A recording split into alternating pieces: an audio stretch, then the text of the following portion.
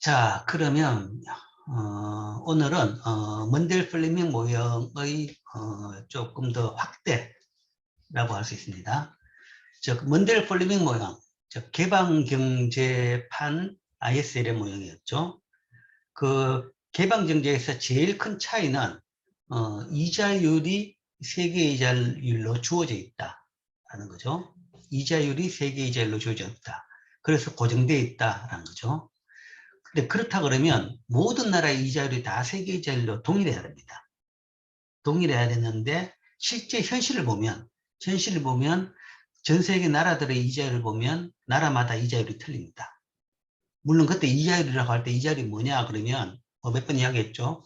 국채금리입니다. 보통 이제 시장 이자율, 우리가 보통 이자율 그러면 그것은 이자율의 종류가 워낙 많기 때문에 그 중에서 시장을 대표하는 이자율은 단기 국채금리, 3개월 만기 T빌 레이트입니다. 그걸로서 이제 평가하는데 그걸 보더라도 나라마다 다 틀리더라고요. 틀리죠. 뭐 전반적으로 본다 그러면 선진국일수록 낮고 개도국일수록 높습니다. 신진국 내에서도 차이가 많이 나죠. 많이 나고 보통 이제 미국이 제일 낮고 미국이나 일본이 제일 낮습니다. 낮고 나머지 선진국들은 조금 더 높죠. 우리나라도 이자율이 뭐 지금 이자율은 워낙 비정상적인 상태이기 때문에 뭐 전체를 대표하는 이자율로 볼 수는 없지만 통상적인 경우 그러니까 이 양적 완화를 안 하고 일반적인 경우 코로나 사태도 없고 금융위기도 없는 일반적인 상태에 보면 우리나라 이자율이 미국 이자율보다 한 2, 3%는 높습니다. 그런 식으로 나라별로 이자율 차이가 난다라는 거죠. 그러면 이제 그 가정이 틀린 게 아니냐. 그러니까 자본 이동이 완전히 자유롭다 그러면 나라별로 이자율 차이가 날 수 없지 않을까라고 이야기하겠지만 사실은 자본 이동이 완전히 자유롭더라도 국가별로 이자율 차이는 날 수가 있습니다. 그 원인이 뭐냐? 이 두 가지를 들고 있습니다. 국가 위험과 컨트리 리스크하고 기대 환율 변동. 즉 해당 국가의 차입자들이 정치적 혹은 경제적 혼란으로 채무를 이행하지 못할 위험을 국가 위험이라고 합니다. 금융시장은 그래도 나라마다 상당히 단절되어 있습니다. 나라 단위의 금융시장이죠. 그리고 나라만 단위로 그 경제정책이 그 시장에 영향을 미치는 것이고 물론 이제 자금 이동은 자유롭지만 그러나 그 금융시장, 나라별 금융시장은 그 나라 경제에서 시작한 겁니다. 그 나라 주 자금 공급원은 그 나라의 저축자들의 돈이고 그 다음에 주 자금 수요원, 대출한 사람들은 그 나라 기업들이라는 거죠. 그렇기 때문에 나라마다 경제에 따라 가지고 경제 사정이 다를 수가 있는 거죠. 그 이야기는 즉 이자율이라는 것은 결국은 이 자금을 빌린 비용이죠. 자금을 돈의 비용이다 생각하면 됩니다. 돈의 사용 비용, 돈을 빌리는 비용인데 빌리는 비용이라는 것은 돈을 빌려가지고 나중에 갚을 때 못 갚을 확률이 높다 그러면 그런 비용이 비싸지는 거죠. 그러니까 그런 위험 부담이 있으면 비용이 비싸지는 겁니다. 그 위험 부담이 나라마다 다르다는 이야기죠. 자, 일반적으로 선진국은 낮고 개도국은 높다. 그죠? 개도국은 변동이 심하고 경제가 예측 불가능하기 때문에 이자율이 굉장히 높다. 제일 큰 이유는 컨트리 리스크입니다. 국가 위험 때문인 거죠. 선진국 내에서도 나라마다 경제가 다르죠. 경제가 다르기 때문에 나라마다 그 차이가 생깁니다. 즉 이런 컨트리 리스크, 경제적 혼란으로 채무를 이행하지 못할 위험이 있다. 그러면 이제 그 차이 때문에 이자율 차이가 나고 그렇다 그러면 대부자들은 돈을 빌려줄 사람들은 이 위험에 대한 보상으로 더 높은 이자율을 요구하죠. 컨트리 리스크가 높은 나라 같은 경우에는 이자율이 높습니다. 제일 최근에 이제 거기에 상응하는 이제 케이스가 제일 두드러진 케이스가 중국 케이스로 들 수가 있을 겁니다. 중국이 지금 최근에 부동산 기업 그러니까 그게 에버그랜드 한자로 뭐더라? 에버그랜드 기업이라는 그 회사가 있는데 꽤 큰 부동산, 중국에서 두 번째로 큰 부동산 개발 회사입니다. 그 개발 회사가 지금 이제 부도 직면이죠. 부도 직면. 그러니까 그 회사에 돈을 빌려준 사람, 그 회사 채권을 사가지고 있는 사람들이 이자를 받아야 될 시점에 이자를 지금 못 받고 있는 겁니다. 그게 지난달 말부터 시작됐죠. 지난달 말부터 시작됐죠. 뭐 지금 그 회사 자금 사정으로 봐가지고는 부도는 시간 문제다라고 보고 있습니다. 아마 이번 달 내에 부도는 결정될 겁니다. 그러니까 일단 사실은 테크니컬리 부도인데 유예 조항 때문에 한 달은 부도 선언을 안 하는 거죠. 근데 이제 조그만 기업이라는 것은 뭐 부도가 많이 납니다. 실질적으로 우리나라에서도 매일매일 부도가 납니다. 나는데 뭐 조그만 기업 부도 나는 것은 뭐 다반사기 때문에 그게 굉장히 큰 영향을 미치지 않죠. 그러나 이제 굉장히 큰 기업이다 그러면 그게 경제에 영향을 많이 미칩니다. 많이 미치고 그게 이제 어느 정도냐 그러면 그 부채가 거의 정확한 숫자가 내가 까먹었는데 150, 우리 돈으로 한 150조 원 정도, 150조 원인가 350조 원인가 어쨌든 100대 단위의 조원의 그 부채가 있는 기업입니다. 그러니까 이제 그런 돈이 이제 부도가 난다는 거죠. 그렇게 되면 그 회사 돈 빌려준 사람이 돈을 떼일 뿐만 아니라 중국 전체에 대한 컨트롤 리스크가 올라갑니다. 그러니까 그 회사에서 돈 띄인 사람 같은 경우에는 자, 그 회사뿐만 아니라 중국 회사들 전체적으로 불안하다라고 되는 거죠. 지금 당장 뭔가 하면 그 어제는 그 회사 외에 그 다음 이제 두 번째, 세 번째 부동산 회사 부도 이야기가 벌써 흘러나오고 있습니다. 흘러나오고 있죠. 그러니까 금융이란 것은 돈이란 것은 서로 뭐 얽히고 섞이고 있기 때문에 그 다음에 이제 뭐 그 원인에 대해서 여러 가지 설명은 했지만 일단 뭔가 부동산 거품이 심하고 그 다음에 중국 같은 경우에 그 과잉 투자, 과잉 개발이 굉장하다. 그래가지고 뭐 중국의 현재 뭐 아파트 중에 20% 정도가 거의 뭐 빈집이다. 그러니까 지놓고는 아직 사람들 안 팔리고 있는 집이 많다라는 거죠. 그만큼 이제 부동산 쪽에 과잉 투자가 돼가지고 안 팔리니까 그러면 그런 기업은 부도가 나는 거죠. 이제 그런 것 때문에 이제 이런 일이 생겼다라는 건데 어쨌든 그렇게 되면 이런 경우에는 컨트롤 리스크가 높아지는 거죠. 그래서 아마 중국의 이자율이 지금부터 많이 올라갈 겁니다. 그 문제를 다 처리할 때까지는 많이 올라갈 것이다. 그러나 이런 사안이 하나 발생하면 국가 위험이 굉장히 높아지는 거죠. 제일 대표적으로 금융위기가 발생했다. 우리나라도 98년에 금융위기가 발생했죠. 금융위기 발생하기 전만 하더라도 이자율이 뭐 지금보다 높았어요. 그래도 높았는 게 한 6%, 7%, 8% 정도 되어의 이자율이었습니다. 그런데 98년, 97년 말에 금융위기가 나니까 국내 이자율이 25%로 올랐습니다. 시중이자율이. 왜 25%로 올랐느냐? 상한을 20%로 했기 때문에 사실은 그걸 뚫고 40%까지 올랐어야 돼요. 시장 사정으로 봐가지고 그렇게 올라야 되는데 그때 법적으로 25% 이상은 이자를 못 받게 법으로 막았습니다. 워낙 감당이 안 되니까. 그래서 이자율이 25%까지 올랐습니다. 뭐 그런 식으로 금융위기가 발생했다. 그러면 국가 위험이 굉장히 높아지는 거죠. 그래서 이런 것 때문에 국내 R이 세계시장 이자율 R스타하고 달라지게 됩니다. 이게 하나고. 그 다음에 또 하나, 환율이 또 큰 영향을 미칩니다. 환율이. 만약 어떤 국가 환율의 가치가 떨어진다 그러면 그 국가 차익자들이 예상되는 화폐 가치 하락을 보상하기 위해서 더 높은 이자율을 그러니까 돈 빌려주는 사람들, 채권 사는 사람한테 줘야 된다는 거죠. 세계적인 거래에서는 그러니까 이제 이 채권이 세계 시장에서의 채권의 거래다라는 거죠. 뭐 국내에서 원화로 발행된 채권도 마찬가지입니다. 국내에서 원화로 발행된 채권도 지금 현재 외국인들이 굉장히 많이 투자를 하고 있습니다. 우리나라 아마 발행된 채권 중에서 외국인이 보유하는 것이 거의 한 절반 정도까지도 될 겁니다. 지금 굉장히 많습니다. 그러면 외국인들은 뭐 달러를 들고 우리나라에 들어가지고 우리 돈으로 환전을 해가지고 우리 채권을 사는 거죠. 우리 채권을 사는데 실제 이제 환율에 대한 그러니까 외국인이 우리나라 채권에 대해서 투자를 할 때 그 투자 리스크는 두 가지라는 거죠. 그러니까 채권 이자율에 대한 리스크하고 그 다음에 환율에 대한 리스크인 거죠. 외국인이 우리나라 채권에 투자한 것은 결국은 그걸 뭔가 하면 나중에 만기가 돌아왔든지 팔고 나가서 자기 나라 돈으로 바꾸고 갈 겁니다. 결국 쓰는 건 자기 나라 돈에서 자기 나라에서 쓰는 것이고 이건 돈을 불리기 위해서 우리나라에 투자를 하는 거죠. 우리나라에 투자하는데 그렇다 그러면 나중에 지금 들어올 때 환율하고 나갈 때 환율하고 그 차이가 하나의 리스크죠. 환율 리스크가 되는 거죠. 근데 들어올 때는 예를 들어 가지고 뭐 1달러에 뭐 1200원 주고 들어가지고 채권에 투자했다. 그런데 나중에 나갈 때는 뭔가 하면 환율이 1달러에 뭐 1500원이 됐다.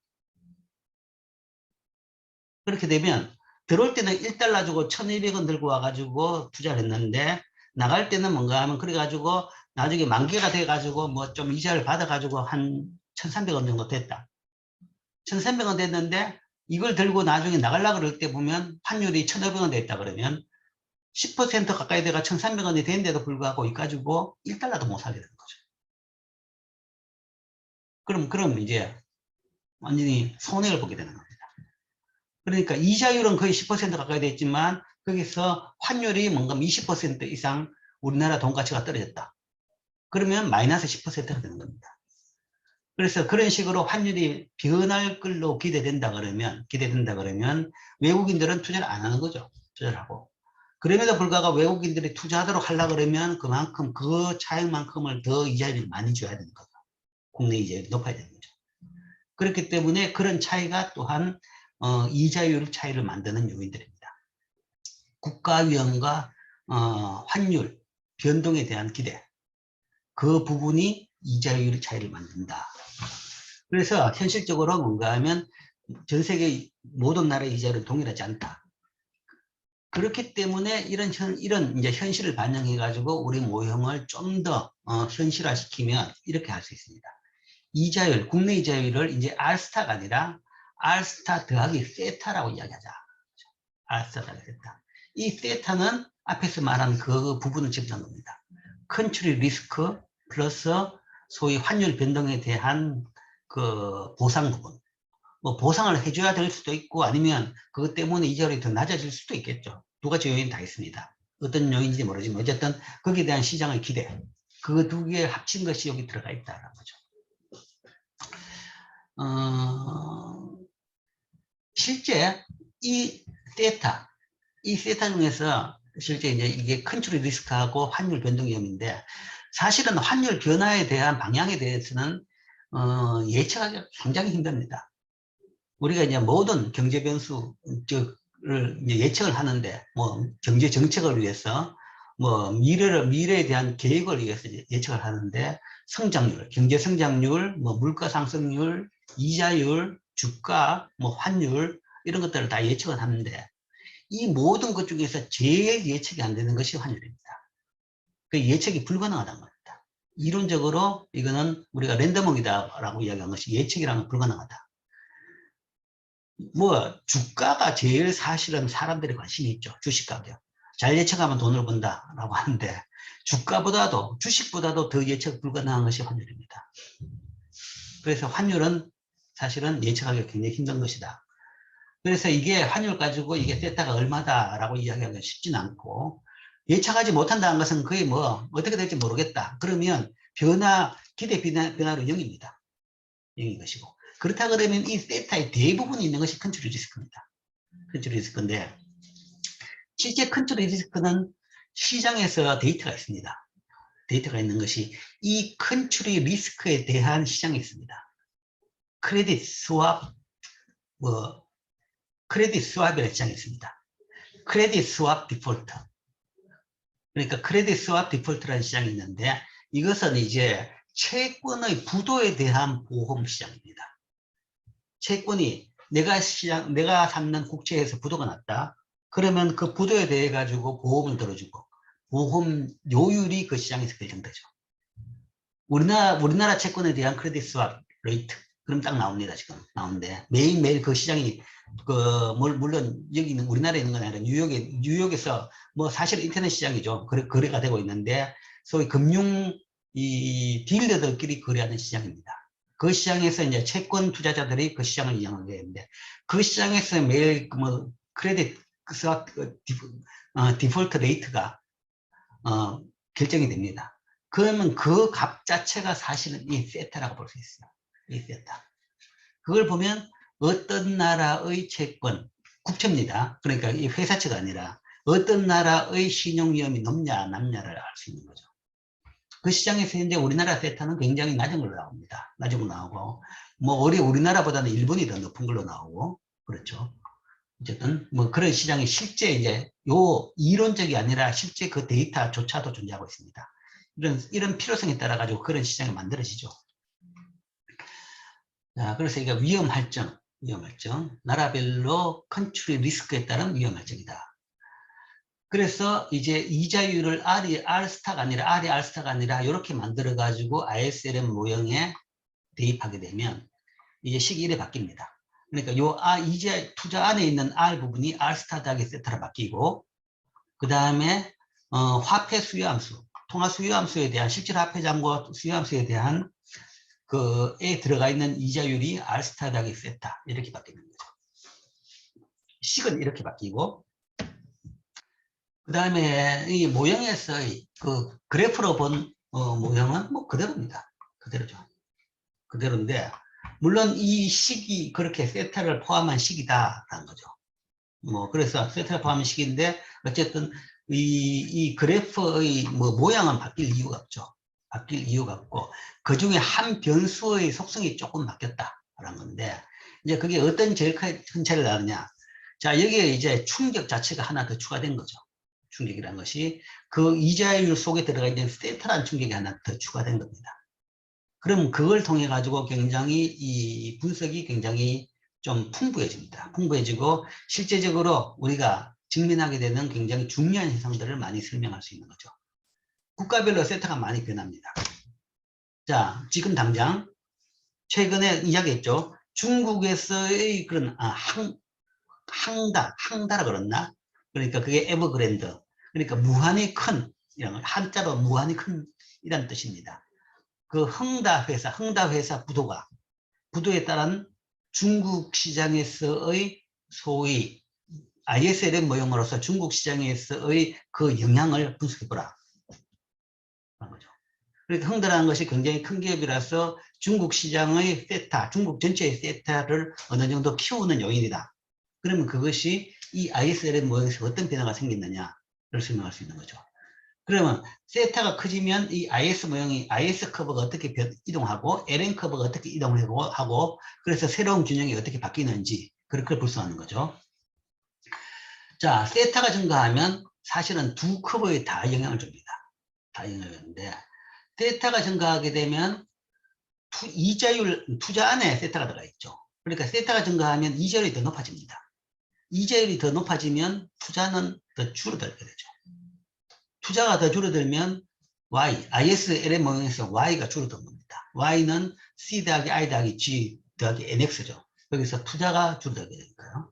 그러면 이 IS 커브가 왼쪽으로 이동하게 됩니다. 즉 IS 커브 좌측으로 이동하죠. 그 다음에 LN 커브도 본다 그러면 세타가 상승하게 되면 이자율이 더 올라가니까 LN 커브에서 오른쪽에 뭔가 화폐 수요함수에서 이자율이 더 올라가죠. 올라간다 그러면 그만큼 화폐 수요가 줄게 됩니다. 그러니까 화폐 수요가 이자율이 더 높으면 사람들이 은행에 돈을 더 많이 맡기니까 화폐 수요가 줄게 되죠. 줄게 되는데 등으로 유지하려고 그러면 등으로 왼쪽에 뭔가 화폐 공급은 동일합니다. 근데 오른쪽에 수요가 줄게 되면 그걸 다른 걸로 뭔가 하면 그 수요가 다시 늘도록 만들어줘야 되는 거죠. 동일한 등으로 유지하려고 그러면. 그럼 다른 것이라는 것은 소득밖에 없습니다. 소득을 더 늘려가지고 등을 유지해야 되는 거죠. 그 이야기는 LN 커브가 오른쪽으로 이동한다. 이게 줄기 때문에 화폐 시장 균형 회복을 위해서 Y는 늘어나야 된다. Y는 증가된다. 그렇게 되면 그 결과는 IS 커브는 왼쪽, LN 커브는 오른쪽으로 가서 새로운 균형 이점이 되는 거죠. 그럼 요점, 원래 균형하고 요점하고 비교를 해보면 차이는 어디냐? 환율이 하락하고 그 다음에 Y는 늘어났다. 환율이 하락하고 Y는 늘어났다. 자, 환율이 하락한 것은 뭐 충분히 우리가 이해가 됩니다. 그러니까 그 나라의 리스크가 높아졌으니까 사실 그 나라에 대한 투자를 사람들이 기피하면서 그 나라에 대한 돈의 가치가 떨어졌다. 뭐 그래서 환율이 하락했다. 라는 것은 충분히 인투이티브하게 이해가 됩니다. 자, 그런데 여기서 세타가 높아졌다. 그러나 경제가 나빠졌다. 그것도 왜 Y가 느냐는 거죠. 자, 이거는 좀 문제입니다. 자, 그래서 이제 이 모형으로 봐가지고 이렇게 되니까 이 모형으로 본다 그러면 그대로 어쨌든 환율은 하락하고 그 나라 돈 가치는 환율 통화 가치는 떨어지고 그 다음에 그 나라의 소득은 늘어났다. 그래서 이거는 이해가 되는데 이 부분은 조금 더 이제 설명이 필요합니다. 이 부분은 좀 설명이 필요하죠. 자, 이 하락에 대한 직관적 설명은 뭐 쉽게 이해가 될 겁니다. 국가 위험 증가가 예상되는 화폐 가치 하락은 해당 국가 보유를 화폐 보유를 덜 매력적인 것으로 만든다. 그러니까 그 나라에 대한 투자가 줄면 당연히 그 나라 화폐에 대한 수요가 줄기 때문에 당연히 그 나라 화폐 가치는 떨어질 것이죠. 그렇기 때문에 당연히 환율은 하락할 겁니다. 또한 뭐 여기 좀 부연 설명인데 이런 거 예상되는 화폐 가치 하락은 자기 충족적인 예언이다. 이 자기 충족적인 self fulfilling prophecy 자기 충족적인 예언이라는 것은 굉장히 중요한 용어입니다. 금융시장에서 금융시장을 지배하는 것이 이겁니다. 금융시장을 떠도는 뭐랄까 심리 제일 큰 심리적인 요인은 이겁니다. 뭐 경제에 대해서도 마찬가지입니다. 펀더멘털의 변화가 없이 자기 충족적인 예언이 퍼져버리면 그대로 됩니다. 그러니까 환율, 그 나라 통화 가치가 하락한다, 하락할 것이다. 아무런 이유도 없는데 갑자기 사람들이 몇 명이 하락할 것이다 라고 예상을 하게 되면 실제 그 통화가 하락합니다. 통화 가치가 떨어집니다. 왜냐하면 몇 명이라도 그게 이제 통화 가치가 하락할 것이다 라고 생각하면 하락해가 손해보기 전에 빨리 그 돈을 팔아버리죠. 손해 안 보려고 그러면 팔아버려야 됩니다. 그러면 그 사람들이 돈을 팔아버리면 그 나라 돈을 가지고 있던 그 나라 돈을 팔아버리면 당연히 그 나라 돈 가치는 떨어지는 거죠. 그 나라 돈 가치 떨어지는 거죠. 그러니까 실제 무슨 이유가 있어가 떨어진 것이 아니라 어떤 사람 몇 명이 하락할 것이라고 생각하면 그거 자체가 뭔가 하락을 시킨다는 거죠. 통화도 그렇고 주식도 마찬가지입니다. 주식도 주식 가격은 어떤 회사가 오른다 그러면 오르는 겁니다.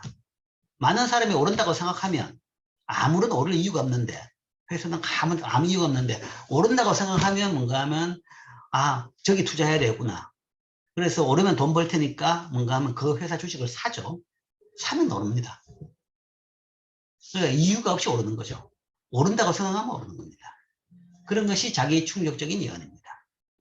소위 요즘 주식시장에 떠들고 있는 이상한 괴물이 있죠. 밈 투자라고, 밈 투자. 그 미국에서 뭔가 하면 이제 몇몇 회사들이 그 대표적이죠. 뭐더라? 무슨 극장, 몇몇 인터넷 그 PC방 체인, 그런 회사들의 주가가 뭔가 하면 엄청나게 올라요.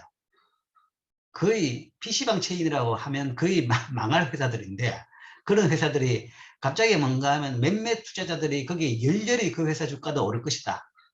라고 뭔가 하면 열렬히 여러 사람들에게 가지고 유튜브를 통해 계속 이야기하는데 거기에 대해 동조한 사람들이 많이 생기다 보니까 그 회사 주식이 말도 안 되게 굉장히 많이 오릅니다. 그런 식으로 이제 그런 회사들이 꽤 몇 개 있어요. 그 AMC, 그 다음에 아메리칸 뮤직 티어터, 극장 체인, PC방 체인.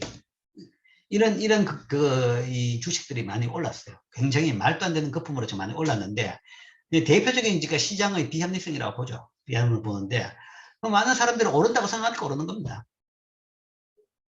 근데 이제 장기적으로 봐가지고는 그것은 이제 거품이라고 보는 것은 결국엔 실적이 나와야 되는데 그 가치만큼 배당을 해줘야 되는데 그게 안 되면 그게 이제 유지가 안 되는 거죠.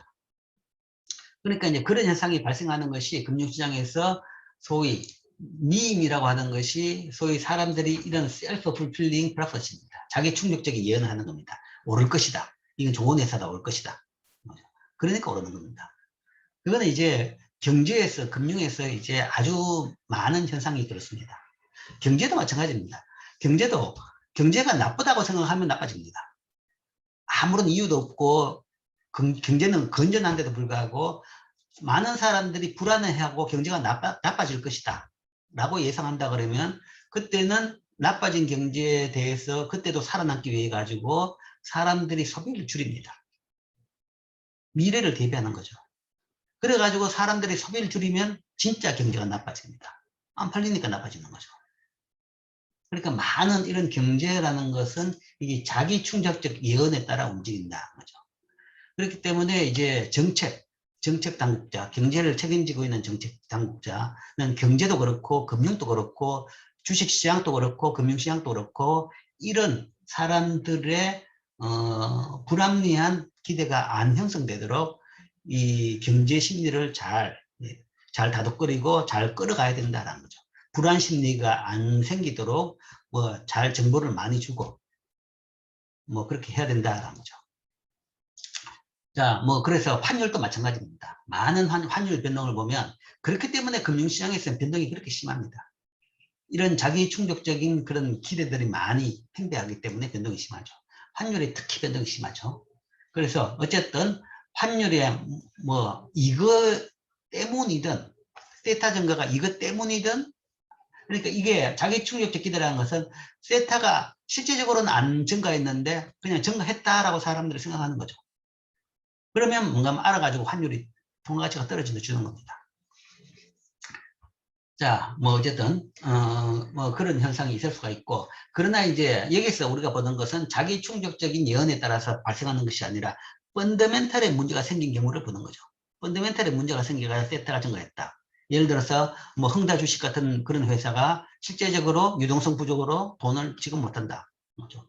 일시적으로 뭔가 하면 유동성 부족에 빠진 것이 아니라 그거는 이제 몇 년 전부터 예상을 하고 있었습니다. 몇 년 전부터. 그러니까 중국이 뭔가 하면 부동산에 대해 가지고 너무 과잉 투자를 한 것이고 지자체들이 경쟁적으로 뭔가 하면 과잉 투자를 해가지고 엄청난 부동산에서 뭔가 하면 이 공실률이 발생하고 있고 수요에 비해서 공급이 많았던 거죠. 우리나라는 공급에 비해 가지고 수요가 적어서 부동산 가격이 올라서 문제인 거고 중국은 수요에 비해서 공급이 너무 많아가지고 거기서 이제 문제가 생기는 겁니다. 그거는 이제 펀더멘탈한 부분이죠. 그러면 이제 실제적으로 그 회사는 빌린 돈은 못 갚는 거죠. 못 갚는 데는 부도 처리될 수밖에 없고 그렇게 되면 뭐 관련돼가 세타가 증가하는 거죠. 그런데 자 문제는 이겁니다. Y가 증가하는 이유. Y가 증가하는 이유는 자 굳이 설명을 한다 그러면 화폐 가치 하락에 따라 가지고 순수출이 증가한다. 통화 가치가 떨어진다 그러면 우리 물건이 싸집니다. 우리 돈 가치가 떨어지면 우리 물건이 싸지죠. 싸지기 때문에 더 수출이 많이 되고 수입은 주는 거죠. 그래서 Y가 증가했다라는 거죠. 그러니까 우리 돈이 싸졌기 때문에 화폐 가치가 떨어졌기 그 환율이 하락했기 때문에 우리 수출이 많아지고 수입이 줄어가 NX가 증가했다. 물론 Y가 줄어드는 요인도 있습니다. 이자율이 올랐으니까 투자가 줄어들었죠. 투자가 줄었지만 이 투자 줄어든 것보다 이 NX 증가가 더 컸기 때문에 실질적으로 환율이 굉장히 크게 하락했죠. 그렇기 때문에 Y가 늘어났다라는 거죠. 그래서 이 모형상에는 이래가지고 Y가 늘어나는 건데 이제 그렇게 설명은 할 수가 있습니다. 할 수가 있는데 실제 현실을 보면 세타가 늘어난 대부분의 나라에서는 Y는 줄어들었습니다. 금융위기가 난 나라는 대부분 Y는 줄어듭니다. 안 늘어나죠. 그럼 그렇다 그러면 과연 모형에서 뭐가 잘못됐느냐? 이제 그게 이제 설명을 추가를 해야 되는 겁니다. 현실적으로 보면 대부분 금융위기가 난 나라들은 소득도 줄어듭니다. 환율, 통화가치도 떨어지지만 소득도 뭐 성장률이 마이너스로 가지고 되고 왜 소득은 증가하지 않을까? 대부분 왜 그러냐 그러면 중앙은행은 통화량을 감소시킴으로써 통화가치가 떨어지는 것을 막는다는 거죠. 대부분 금융위기가 발생한다는 특히 개도국 같은 경우는 항상 이 일이 문제입니다. 그러니까 통화가치 하락한 걸 막기 위해 가지고 돈을 마구 풉니다. 돈을 막 푸죠. 통화가치, 통화량을 감소시켜 돈을 그러니까 외환을 더 가지고 있던 외환 보유고를 사용합니다. 그러니까 우리나라 돈 가치가 떨어지니까 그 이야기는 뭐 현재 우리나라 환율 그러니까 달러 가치가 올라가는 거죠. 그러니까 우리나라 금융시장에 본다 그러면 그 환율이 1200원에서 뭐 1100원, 1000원 아니 이 떨어진 가서 1200원에서 1300원, 1400원, 1500원 이렇게 자꾸 올라가는 겁니다. 그러면 그렇게 올라가는 것은 놔둘 것이냐? 시장에서 결정된 것인가 놔둘 것이냐? 아니고 뭔가 그걸 막으려고 한다는 거죠. 그러니까 이게 뭔가 하면 펀더멘탈한 부분이라서 이게 이렇게 변해가지고 조정이 돼야 될 부분인지, 물론 이제 그 조정 과정에서 비용은 높습니다. 그러나 갑자기 그런 일이 생기면 보통 통화당국은 일시적인 부족 때문이다. 그러면 그런 급변을 막자라는 차원에서 그 변동을 막기 위해 가지고 대부분 개입을 합니다. 개입을 하는데, 개입이라는 것은 통화 가치가, 즉 우리나라 통화 가치가 떨어지려고 그러면 뭔가 하면 외환을 더 공급하는 거죠. 가지고 있던 외환 보유고를 푸는 겁니다. 외환 보유고를 푼다는 것은 외환 보유고를 시중에 외화를 주면 외화 준 만큼 우리나라 돈을 받게 되는 거죠. 그 외환을 받아가는 사람은 뭔가 외환 대신에 뭔가 하면 우리나라 돈으로 환전을 해가는 겁니다. 그럼 그만큼 시중에 있는 우리나라 돈이 통화량이 감소하는 거죠. 이 통화량, 우리나라 돈 가치 하락은 물가 수준을 상승시킬 만큼 충분히 수입 상품의 가격을 인상시킬 수도 있다. 이래서 통화량이 감소한다. 통화량이 감소하면 이거는 소득을 줄이는 요인입니다. 당연하죠. 그래서 소득이 안 늘어나고 줄어드는데, 소득이 줄어드는 요인으로는 첫 번째, 중앙은행이 통화량을 감소시키기 때문이다. 두 번째로는 우리나라 돈 가치가 떨어지고 환율이 하락했기 때문에 수출이 달되고 수입은 준다라고 했지만, 수입이 줄기는 줄었지만 수입품 가격이 굉장히 높아지는 겁니다. 높아졌기 때문에 수입이 주는 거죠.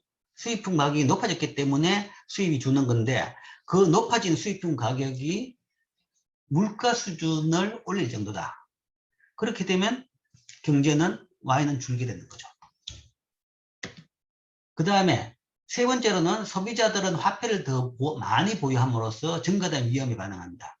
금융위기가 생긴다 그러면 대부분 화폐에 대한 수요가 확 늘어납니다. 유동성이 확 떨어집니다. 확 떨어지는데, 그거는 이제 화폐에 대한 수요가 늘기 때문에. 왜냐하면 불안하죠. 불안하기 때문에 직접 돈을 가지고 있어야 됩니다. 은행에 가지고 있는 돈이 불안합니다. 금융이 흔들흔들하다 그러면 내가 은행에 맡겼는데 저 은행이 안전할까? 내 돈 떼이는 게 아닐까? 그래서 많은 사람들이 가능한 한, 어떤 일이 생기더라도 가능한 한 오랫동안 살아남을 수 있는 방법을 취하는데, 그게 뭔가 하면 자산을 가능한 한 현금화시키는 거죠. 즉 화폐를 더 많이 보유하게 됩니다. 그렇게 된다 그러면 그게 결국은 통화량이 감소되는 효과입니다. 유동성이, 그러니까 유송 속도가 떨어져 가지고 사람들의 현금 보유 비율이 는다 그러면 유통 속도가 떨어져 가지고 실제 통화량 자체가 줄게 됩니다. 그러니까 중앙은행이 발행하는 화폐 공급량은 동일한데 하이파워드만은 동일한데 M1이나 M2량은 줄게 되는 거죠. 그렇게 되면 통화량이 준다고 하면 당연히 또 Y가 줄게 되죠.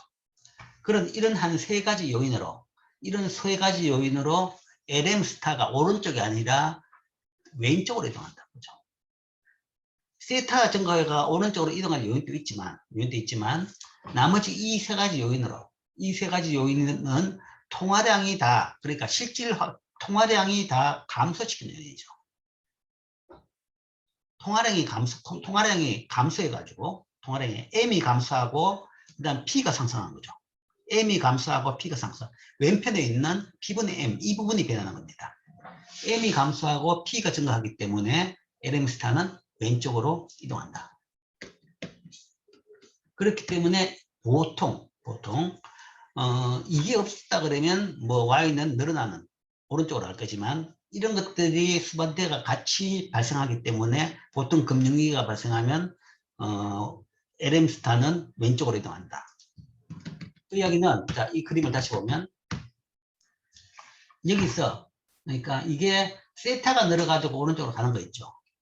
가긴 하지만 그러나 아까 지금 본 세 가지 요인 때문에 이게 결국은 금융위기가 발생한다는 대부분 이것보다는 이쪽에 있습니다. 이쪽에 있는데, 물론 이쪽에 왼쪽으로 간다고 그래도 이까지 가지는 않습니다. 그 이야기는 환율이 뭔가 하면 상승할 때까지 가지는 않죠. 환율이 여전히 하락하고, 여기서 가봐야, Y가 줄어들어봐야, Y는 줄어들어도 그렇게 많이 줄지는 않습니다. 실물은. 금융 변수는 변동이 심하죠. 환율이나 이자율 같은 거는 변동이 심할 수가 있습니다. 그래서 Y는 이 Y1보다 조금 더 왼쪽으로 이렇게 위치하게 되고, 그러면 이 점이 되죠.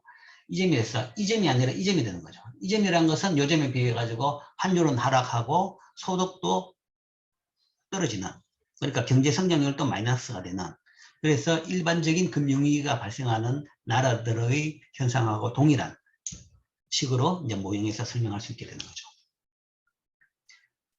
자, 이게 이제 이 모형에서 컨트리 리스크를 집어넣어 가지고 국가별 리스크, 경제 리스크, 금융 리스크를 집어넣어 가지고 이 모형을 이제 다시 설명했습니다. 다시 설명하고 그다음에 그 변동에 따라 가지고 이제 균형이 어떻게 바뀌는지 이제 그 과정까지도 설명했습니다.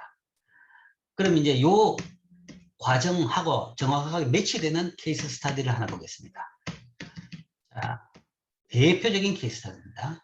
멕시코 페소화 위기. 그냥 경제학에서는 그냥 페소 크라이시스라고 이야기합니다. 뭐 대공황 그러면 우리가 그게 뭔가 1929년 미국에서 발생한 사태다, 발생한 것이다 라고 이야기하는 거죠. 나라 이름을 안 붙이더라도 그냥 그레이트 디프레션 거죠. 이것도 마찬가지입니다. 페소 크라이시스 그러면 1990년대 중반에 멕시코에서 발생했던 금융위기를 이야기합니다. 지칭합니다. 이게 개도국의 가장 전형적인 금융위기입니다. 우리나라 금융위기도 완전히 이거가 똑같다라고 볼 수 있습니다. 물론 이제 발생했던 트리거가 조금 다르죠. 나라마다 정치적 상황은 다르기 때문에. 그러나 뭐 전반적인 경제 변수들의 움직임이랄까 그런 것은 모형상 설명은 동일한 겁니다. 전형적인 개도국의 금융위기죠. 자, 봅시다. 페소 크라이시스. 그러니까 뭐 이 금융위기를 페소는 멕시코의 환율입니다. 돈의 단위죠. 우리는 원인데 거기는 페소를 씁니다. 그러니까 멕시코 외환위기다라는 거죠. 그러니까 환율에서 문제가 생겼다. 환율에서 문제가 생겼다. 라고 볼 수 있는데, 자, 그래서 이제 이게 이제 환율 그래프를 먼저 보여줍니다. 먼저 보여주는데, 이 멕시코 페소당 미국 센터는, 멕시코 1페소당 미국 한 29센터 정도였습니다. 29센터. 그리고 여기서 변동이 없죠? 그 이야기는 거의 고정환율제를 하고 있습니다. 멕시코는 1990년대 중반까지 고정환율제를 하고 있었던 거죠. 그리고 1달러당 1페소당 29센트로 이 교환되는 고정환율제를 유지하고 있다가 94년 12월 정도에 돼 가지고 이게 팍 떨어집니다. 갑자기 20센트로. 그 이야기는 멕시코 페소 가치가 3분의 1이 날아간 거죠. 3분의 1이 날아간 거죠. 29에서 20으로 됐다. 거의 3분의 1 정도가 날아간 겁니다. 그러니까 멕시코 한 페소 한 장이 옛날에는 29센트나 줘야 되는데 지금은 20센트만 주면 살 수 있다. 싸졌죠. 싸진 거죠. 싸진 것은 뭔가만 외국인 입장에서는 멕시코 페소가 싸진 것이고 멕시코 사람 입장에서는 그 반대죠. 그만큼 뭔가만 자기 돈 가치가 떨어진 겁니다. 떨어지고 달러가 비싸진 겁니다. 달러가 옛날에 비해서 1.5배, 50% 올랐다라는 거죠. 한 번 퍽 떨어진 게 아니라 뭔가 계속 더 떨어집니다. 더 떨어지고 어디까지 가느냐? 절반까지, 15센트까지 떨어집니다. 그 뒤에 이제 어떻게 해가지고 이제 다시 하락세를 멈추고 그 다음에 조금 회복돼 가지고 여기서 이제 계속 이제 어느 정도 이렇게 이 상태에서 이제 머물게 만들었습니다. 자, 요 경우, 이 하락하는, 급락하는 이 시기가 바로 페소 크라이시스다. 이게 이제 금융위기의 하나의 전형적인 패턴입니다. 이런 경우에 뭐 대단한 큰 일이 생겼다. 이게 이제, 개도국 금융위기구나. 어떤 나라 환율에서 이런 패턴이 보이면 이때 이 나라 금융위기가 발생했구나. 라고 경제학자들은 이제 보통 그 판단을 하게 됩니다. 자, 왜 이런 일이 생겼으며, 왜 이렇게 됐고, 그 다음에 어떻게 해가지고 이 하락세를 이렇게 멈출 수 있었느냐. 거기에 대해서 보겠습니다. 자, 그 결과, 일단 어쨌든 29센트에서 15센트로 바뀌었다. 15센트로 바뀌면 그 결과, 자, 외국인은 좋아졌겠죠. 페소가 싸져가지고. 그러나 멕시코 사람들은 페소가 싸져가지고 미국의 달러가 비싸져가지고 수입품이 다 비싸지고 고통을 받게 되겠죠. 즉, 미국 상품은 멕시코에서 비싸졌다. 그래서 미국 사람은 좋아지고 멕시코 사람은 나빠졌느냐. 아니고 둘 다 나빠진 겁니다. 자, 문제는 멕시코에서 비싸지니까 미국 상품이 안 팔리죠. 비싸지니까 덜 팔립니다. 그러니까 미국 기업들은 안 팔리니까 물건을 못 파니까 수입을 잃게 되는 겁니다.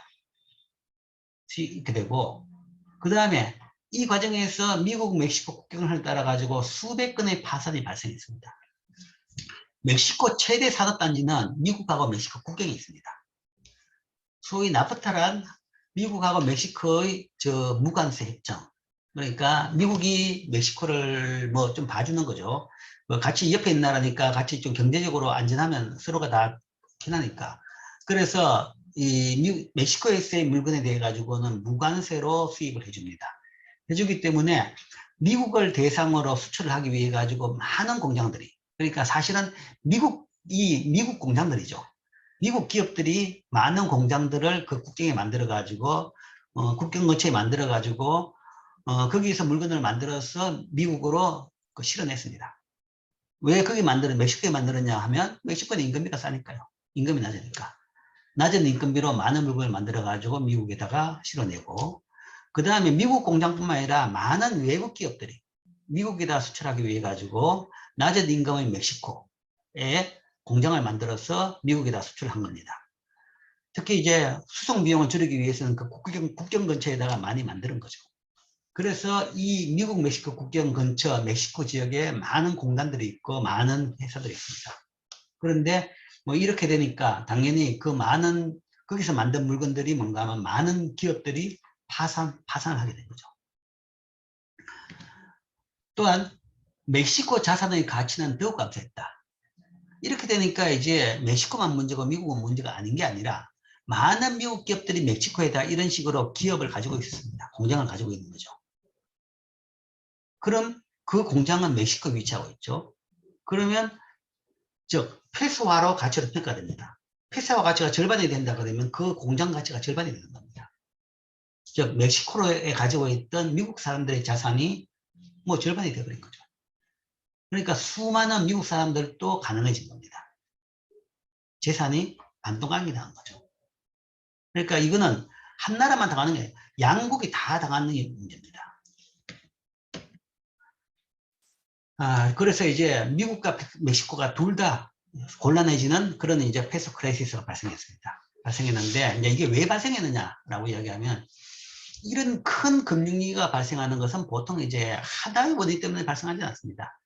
하나의 원인이라 그러면 어느 정도 극복되는데 보통 우리 전통적으로 3제가 겹친다 그러죠. 큰일이 우한이 발생한다 그러면 3제, 한 3가지 정도까지 나쁜 일이 한꺼번에 발생하면 이제 그게 큰일이 되는 거죠. 여기서도 자, 시작은 아까 말한 대로 이제 이 지역이 뭐 많은 미국 기업들 아니면 세계적인 기업들이 세계 기업들이 투자를 해 있는 이 매력적인 장소였습니다. 그래서 많은 기업들이 있는 이 공단이 절비한 그런 지역이었습니다. 이 멕시코, 미국하고 국경에 접해 있는 멕시코 이 지역에서는. 그런데 94년 한참 성하다가 94년쯤 되니까 먼저 정치적인 상황, 이제 이게 하나 시작이죠. 트리거죠. 멕시코 위협 한정이 증가했다. 치아파타 지역에서의 농민 폭동. 그러니까 뭐 우리나라 사람들은 뭐 어떤 한 국가다 그러면 모든 국가도 뭔가 뭐 어떤 구석구석마저도 행정, 치안 그이 다 잘 이 영향이 미치고 잘 컨트롤이 된다라고 생각하는데 사실 그렇게 안 된 나라들이 상당히 많습니다. 상당히 많은 것이 뭐 산속도 아니면 뭐 필리핀 같은 나라도 뭐 많은 섬이 있고 많은 섬은 거의 무법, 그러니까 무법 천지라고 이야기하지만 그게 뭔가 하면 무법이라는 것은 현재 중앙정부의 힘이 안 미치는 지역이 많다라는 거죠. 동남아시아의 많은 나라들도 그렇고 멕시코도 그런 지역이 많더라. 여전히 많습니다. 그 중에서 이제 치아파타 지역에서 농민 폭동이 일어나고 그 다음에 뭐 일정한 그 멕시코에서도 일정 부분은 여전히 공산당이 이 무력으로 점거하고 있는 지역도 또 있습니다. 지역도 있고 이제 그런 부분이 있는 거죠. 거기다가 더 나아가가지고는 이때가 이제 대부분 금융위기가 생길 때는 우리나라도 그랬지만 대통령 선거가 있는 해입니다. 대통령 선거가 있다는 이야기는 그만큼 정치적으로 불안정한 거죠. 그 이야기는 잘 컨트롤이 안 된 겁니다. 그립이 약해지는 겁니다. 이때도 그렇습니다. 그런데 그 와중에 대통령 선거하고 있었는데 선두를 달리고 있던 대통령 후보자가 암살까지 되어버렸습니다. 그러니까 이게 진짜 정치적으로 굉장히 이 위험한 그런 상태가 되어버린 거죠. 여기다가 이제 외부적인 경제적인 요인으로는 미국 중앙은행이 미국의 인플레이션을 막기 위해 가지고 94년에 여러 차례에 걸쳐 가지고 이자율을 인상합니다. 그러니까 이거는 이제 우리가 앞에서 배웠는 IT 버블 붕괴 때문에 그거 전이네요. 94년. 94년은 그 전이네요. 어쨌든 94년에 여러 차례 이자율을 인상합니다. 그래서 이런 것들이 뭔가 하면 상대적으로 멕시코의 세타를 증가시키는 얘기죠. 그러니까 이런 사건은 멕시코 페소의 가치를 하락시키고 이렇게 되니까 이제 멕시코에 대한 투자가 불어나고 멕시코 통화 가치가 떨어질 것이다 라는 그런 이제 사람들의 기대 심리가 높아집니다. 불안하게 보는 거죠. 불안하게 보는 건데, 그렇다 그러면 거기에 따라 가지고 어느 정도 펀더멘털한 변화에 따라 가지고 환율 조정은 할 필요가 있습니다. 외환시장이 정상적으로 작동한다 그러면 거기에 따라 가지고 멕시코 페소가 어느 정도 반응해 가지고 가치가 조금 떨어지면 되는 거죠. 그런데 이제 멕시코 중앙은행은 그걸 용인을 안 했던 거죠. 해외 투자자들한테 페소와의 가치 하락은 절대 있을 수도 없고 있을 필요도 없다. 우리나라 펀더멘털은 좋다. 모든 금융위기가 발생하는 중앙은행이 항상 앵무새 같이 하는 이야기들은 다 그겁니다. 우리나라도 그랬죠. 우리나라도 97년에 내 항상 한국은행에서 그러니까 외환당국에서 하는 이야기가 우리나라 펀더멘털은 좋다. 그다가 외환 보유고는 충분히 있다. 그렇기 때문에 우리나라 돈 가치 하락은 전혀 걱정하지 말아라 라는 거죠. 그러면서 뭔가 하면 시장에서는 하락 압력이 있죠. 하락 압력이 있는데 이걸 하락 압력을 막기 위해 가지고 페소화를 계속 매입해 가지고 달러를 매각하는 거죠.